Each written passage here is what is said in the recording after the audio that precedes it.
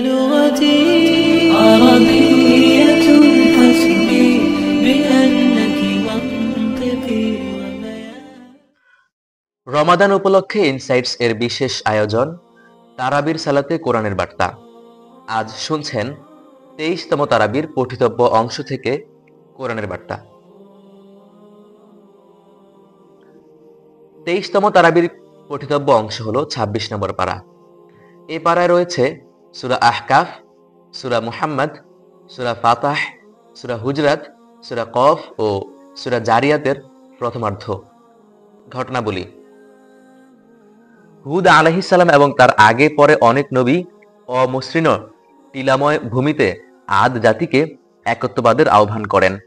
তাদেরকে আল্লাহর আযাবের ব্যাপারে সতর্ক করা হলে তারা আল্লাহর আযাব হাজির করার চ্যালেঞ্জ ছুড়ে দেন। হুদ আলাইহিস সালাম সাফ জানিয়ে দেন, আমার কাজ আল্লাহর ফরমান পৌঁছে দেওয়া, আযাব কখন আসবে সেটা আল্লাহর ইচ্ছাধীন বিষয়। এরপর যখন আযাব এলো, আযাবের মেঘ দেখে তারা সাধারণ মেঘ মনে করলো, অথচ সাধারণ এই মেঘের আড়ালেই লুকিয়ে ছিল তাদের সর্বনাশ। তারা ছিল শক্তিশালী সম্প্রদায়, কিন্তু দৈহিক শক্তি তাদেরকে আল্লাহর শাস্তি থেকে রক্ষা করতে পারেনি। ধারাবাহিকভাবে কয়েকজন নবী রাসূলের ইতিহাসের প্রতি ইঙ্গিত করে মুহাম্মদ সাল্লাল্লাহু আলাইহি সাল্লামকে মুশরিকদের অবাধ্যতার ব্যাপারে সান্ত্বনা দেওয়া হয়েছে। সূরা জারিয়াতের প্রথম অংশে ইব্রাহিম আলাইহিস সালাম এবং পরবর্তী পারায় অবশিষ্টদের সংক্ষিপ্ত ইতিহাস বর্ণিত হয়েছে। ইব্রাহিম আলাইহিস সালাম এর স্ত্রী একাধারে বৃদ্ধা ও বন্ধ্যা ছিলেন, তবু ফেরেশতাগণ আল্লাহর তরফ থেকে মহাজ্ঞানী পুত্রের সুসংবাদ নিয়ে আসেন। জিনদের ইসলাম গ্রহণ: প্রিয় নবী সাল্লাল্লাহু আলাইহি সাল্লাম মানুষ ও জিন সবারই নবী হিসেবে প্রেরিত হন। তায়েববাসীর কাছে ইসলামের দাওয়াত নিয়ে গেলে তারা রাসূলের ডাকে সাড়া দেয়নি, বরং রাসূলকে সাল্লাল্লাহু আলাইহি ওয়াসাল্লাম তারা আহত করে। ভারাক্রান্ত হৃদয়ে মক্কায় ফেরার পথে তিনি নাখলা নামক স্থানে বিশ্রাম নেন। সেখানে ফজরের সালাতে জিনদের একটি দল উপস্থিত হয়ে নবীজির কণ্ঠে কোরআন তেলাওয়াত শুনে ঈমান আনে এবং স্বজাতিকে ইসলামের দাওয়াত দেয়। হুদাইবিয়া সন্ধি ও বাইয়াতে রিদওয়ান: প্রিয় নবী সাল্লাল্লাহু আলাইহি ওয়াসাল্লাম একদিন স্বপ্নে দেখলেন সাহাবীদের নিয়ে তিনি মসজিদুল হারামে উমরাহ করছেন। নবীদের স্বপ্ন ওহী। রাসূল সাল্লাল্লাহু আলাইহি ওয়াসাল্লাম ঐশী নির্দেশ পালনে 1400 সাহাবী নিয়ে মক্কার পথে রওনা হলেন। উদ্দেশ্য উমরাহ পালন। ঘটনা 6ষ্ঠ হিজরির। হুদাইবিয়া নামক স্থানে পৌঁছানোর পর কাফেলা মক্কার মুশরিক দ্বারা বাধাগ্রস্ত হয়। আলোচনার জন্য ওসমান রাদিয়াল্লাহু তাআলা আনহুকে পাঠানো হলো মক্কায়। এরই মাঝে মুশরিকরা ওসমানকে হত্যা করেছে মর্মে গুজব ছড়িয়ে পড়ল। তখন রাসূল সাল্লাল্লাহু আলাইহি ওয়াসাল্লাম একটি গাছের নিচে সাহাবীদের থেকে এই হত্যার বদলা নেওয়ার বায়াত অর্থাৎ শপথ গ্রহণ করলেন। এই বায়াতকে বলা হয় বায়াতে রিদওয়ান। পরে অবশ্য নিরাপদে ফিরে আসেন ওসমান রাদিয়াল্লাহু তাআলা আনহু। এ সময় মুশরিকদের সাথে মুসলমানদের একটি চুক্তি সম্পাদিত হয়। এই চুক্তি ইসলামের ইতিহাসে হুদাইবিয়ার সন্ধি নামে পরিচিত। সন্ধির শর্তগুলো বাহ্যিকভাবে মুসলিমদের স্বার্থ বিরোধী মনে হলেও মহান আল্লাহ এটাকেই সুস্পষ্ট বিজয় আখ্যা দিয়েছেন। পরবর্তীতে দিকে দিকে ইসলাম ছড়িয়ে পড়া ও মক্কা বিজয়ের বীজ এই সন্ধির মাধ্যমেই বপিত হয়েছিল। সন্ধি চুক্তি সাহাবীদের মনোভূত না হওয়ায় মহান আল্লাহ তাআলা তাদের উপর সাকিনাহ বা প্রশান্তি নাজিল করেন। নবীর স্বপ্ন মিথ্যা হয় না, কিন্তু তিনি সাহাবীদের নিয়ে অচিরেই মক্কায় প্রবেশ করবেন মর্মে ভবিষ্যৎবাণী করা হয়। পরবর্তী বছর সেটি বাস্তবায়িত হয়। এই অভিযানে মুনাফিকরা অংশগ্রহণ করেনি, তাদের বিষয়েও সতর্ক করা হয়েছে সূরা ফাতাহাতে। হুদাইবিয়ার চুক্তির শর্তে মন খারাপ করা সাহাবীদের সুসংবাদ দেওয়া হয় যে অচিরেই মক্কা বিজয়ের পূর্বে তারা একটি বিজয় অর্জন করবে, তাতে প্রচুর যুদ্ধলব্ধ সম্পদ হস্তগত হবে। হুদাইবিয়ার সন্ধির 1 মাসের মধ্যেই খায়বার বিজয়ের মাধ্যমে সে ভবিষ্যৎবাণী বাস্তবায়িত হয়। ঈমান আকীদা: পুনরুত্থান সত্য। মহান আল্লাহ তাআলা যেহেতু সৃষ্টি জগতের প্রতিটি অণুপরমাণুর জ্ঞানও রাখেন, বরং তিনি মনের জল্পনা কল্পনার জ্ঞানও রাখেন এবং তিনি জ্ঞানগতভাবে মানুষের ধমনীর চেয়েও নিকটবর্তী।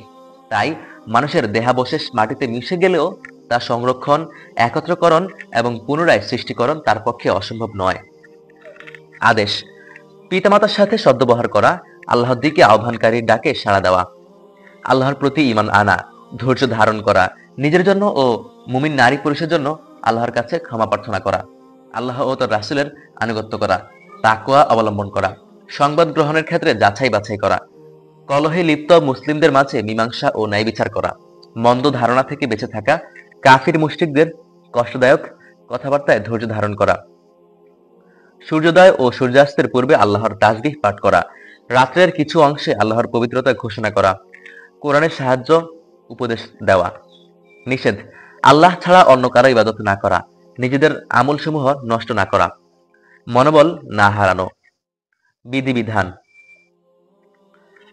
মুসলমানদের স্বার্থ ও পরিস্থিতি বিবেচনায় যুদ্ধবন্দীদেরকে মুক্তিপণের বিনিময়ে ছেড়ে দেওয়া কিংবা চরম শাস্তি দেওয়া বা কোনো সেবায় নিয়োজিত করার ইখতিয়ার দেওয়া হয়েছে। মহান আল্লাহ গর্ভধারণ ও দুধ পানের সময়সীমা 30 মাস উল্লেখ করেছেন। গর্ভধারণের সর্বনিম্ন মেয়াদ 6 মাস এবং দুধ পানের মেয়াদ বাকি 24 মাস বা 2 বছর। গীবতের ভয়াবহতা: অগোচরে কারো ব্যাপারে এমন কিছু আলোচনা করাকে গীবত বলা হয় যা তার সম্মুখে বললে তিনি কষ্ট পান, যদিও বিষয়টি তার মধ্যে বিদ্যমান থাকে। গীবত করতে নিষেধ করার পাশাপাশি মহান আল্লাহ গীবতকে মৃত ভাইয়ের গোশত ভক্ষণের মতো অপরাধ হিসেবে উল্লেখ করেছেন। ইসলাম জ্ঞানের ধর্ম। তাওহীদের নির্দেশ দেওয়ার পূর্বে কোরআন জ্ঞান অর্জনের নির্দেশ দিয়েছে, অর্থাৎ তাওহীদের বিশ্বাস হৃদয়ে ধারণ করার পূর্বেই তাওহীদ বিষয়ক জ্ঞান অর্জন করতে হবে। বংশগৌরব নয়, তাকওয়াই মর্যাদার চাবিকাঠি। পারস্পরিক পরিচয়ের সুবিধার্থে মহান আল্লাহ তাআলা মানুষকে বিভিন্ন জাতি ও গোত্রে বিভক্ত করেছেন। জাতিগত উচ্চ নিচু মর্যাদার কোনো বিষয় নয়। আল্লাহর নিকট সর্বাধিক সম্মানিত সে যে সর্বাধিক আল্লাহ ভীরু। রাসূলের প্রতি শিষ্টাচার। মহান আল্লাহ তাআলা মুনাফিকদেরকে রাসূল সাল্লাল্লাহু আলাইহি ওয়াসাল্লাম এর প্রতি আদব ও শিষ্টাচার রক্ষার নির্দেশ দিয়েছেন। আল্লাহ ও রাসূলের সম্মুখে আগ বাড়িয়ে কথা বলতে নিষেধ করেছেন। 2. নিজেদের পারস্পরিক কথার মতো রাসূলের সামনে উঁচু স্বরে কথা না বলা, অন্যথায় আমল বরবাদ হয়ে যেতে পারে। যারা রাসূলের সম্মুখে কণ্ঠস্বর নিচু রাখে তাদের অন্তরকে আল্লাহ তাকওয়ার জন্য বাছাই করেছেন। এই নির্দেশ রাসূলের ব্যাপারে দেওয়া হলেও যে কোনো সম্মানিত ও বয়োজ্যেষ্ঠ ব্যক্তির সাথে এই ভদ্রতা রক্ষা করা প্রশংসনীয় গুণ। শান্তি ও সৌহার্দ্যপূর্ণ সমাজ গঠনে 6 দফা। পুরো সূরা হুজরাত জুড়ে মুসলমানদের শিষ্টাচার শেখানো হয়েছে। শান্তিপূর্ণ সমাজ গঠনে এই সূরায় কয়েকটি জরুরি নির্দেশনা দেওয়া হয়েছে। সেগুলো ধারণ করলে একটি সমাজ সুষ্ঠু ও শান্তিময় হতে বাধ্য। 1. কাউকে ব্যঙ্গ বিদ্রূপ না করা। 2. পরস্পরের নিন্দা ও দোষারোপ না করা। 3. মন্দ নামে না ডাকা। 4. মন্দ ধারণা থেকে বিরত থাকা। 5. দোষ অন্বেষণ না করা। 6. গীবত না করা। মুত্তাকিদের 4 বৈশিষ্ট্য। কোরআনের বিভিন্ন স্থানে মুত্তাকিদের প্রায় 50টি বৈশিষ্ট্য বর্ণিত হয়েছে। তন্মধ্যে সূরা জারিয়াতে 4টি বৈশিষ্ট্য উল্লেখ হয়েছে। মুত্তাকিগণ যারা জান্নাতে আল্লাহর নিয়ামত ধন্য হবেন তারা হলেন: 1. মুহসিন বা সৎকর্মশীল। 2. রাত জেগে ইবাদতকারী। 3. ভোর রাতে আল্লাহর নিকট ইস্তেগফারকারী। 4. অভাবী ও বঞ্চিতদের জন্য দানকারী।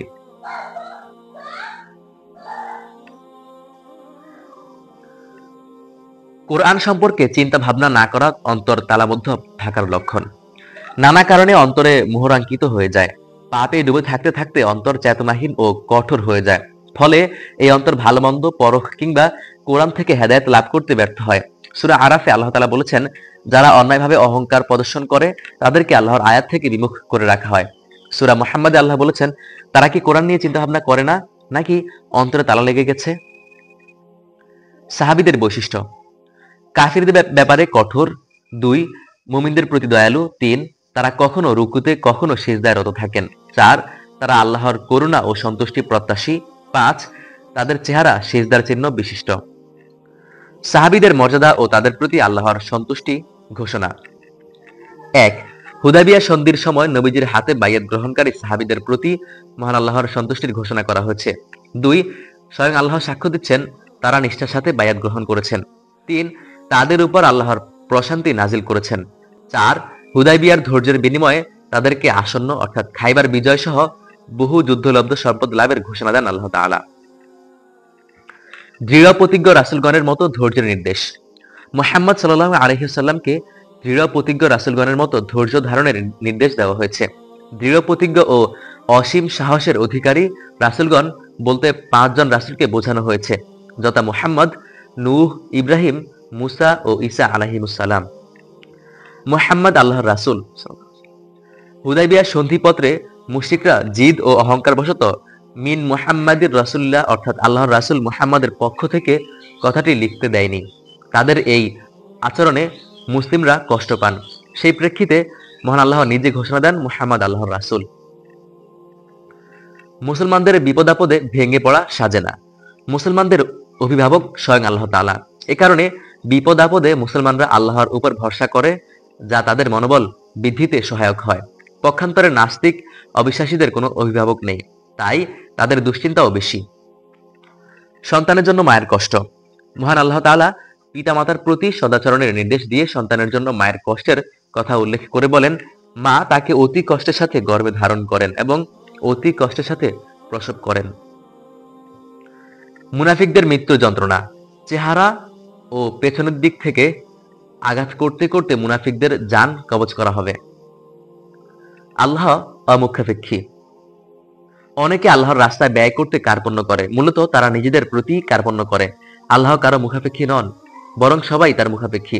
আল্লাহর বিধানাবলী পালন থেকে যদি কোনো সম্প্রদায় মুখ ফিরিয়ে নেয়, তবে মহান আল্লাহ তাআলা অন্যদেরকে তাদের স্থলাভিষিক্ত করবেন, যারা তাদের মতো হবে না।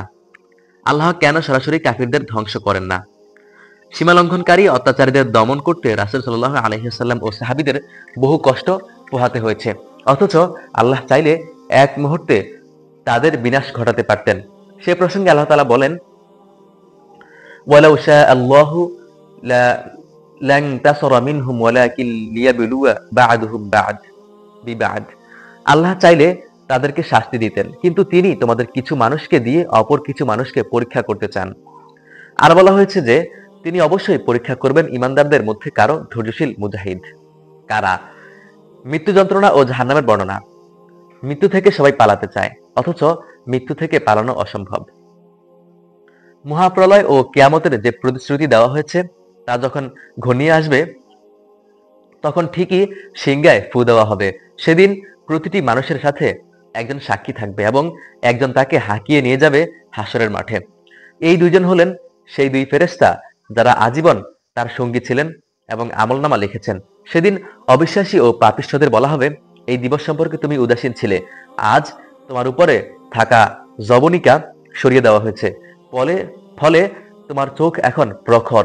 আমলনামা দেখিয়ে কেরামান কাতিবিন ফেরেশতা তার অপরাধ প্রমাণ করবেন। সঙ্গের দুই ফেরেশতাকেই তাকে জাহান্নামে নিক্ষেপের নির্দেশ দেওয়া হবে। তখন কুমন্ত্রণাদাতা শয়তানের সাথে বিতণ্ডায় লিপ্ত হবে পাপিষ্ঠরা। ধমক দিয়ে তাদেরকে থামিয়ে দেওয়া হবে। সেদিন জাহান্নামকে আল্লাহ বলবেন, তুমি কি পরিপূর্ণ হয়েছ? জাহান্নাম বলবেন, আরো মানুষ থাকলে আমি গ্রাস করতে প্রস্তুত আছি।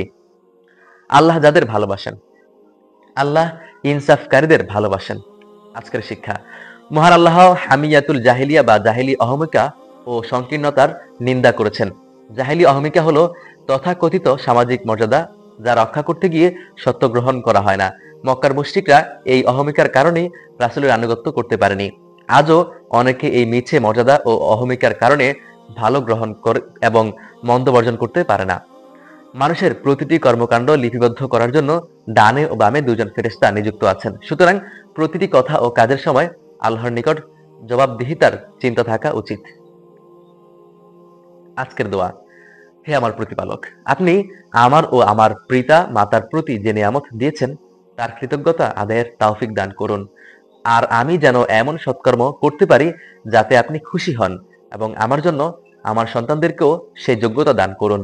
আমি আপনার কাছে তাওবা করছি এবং আমি আত্মসমর্পণকারীদের অন্তর্ভুক্ত।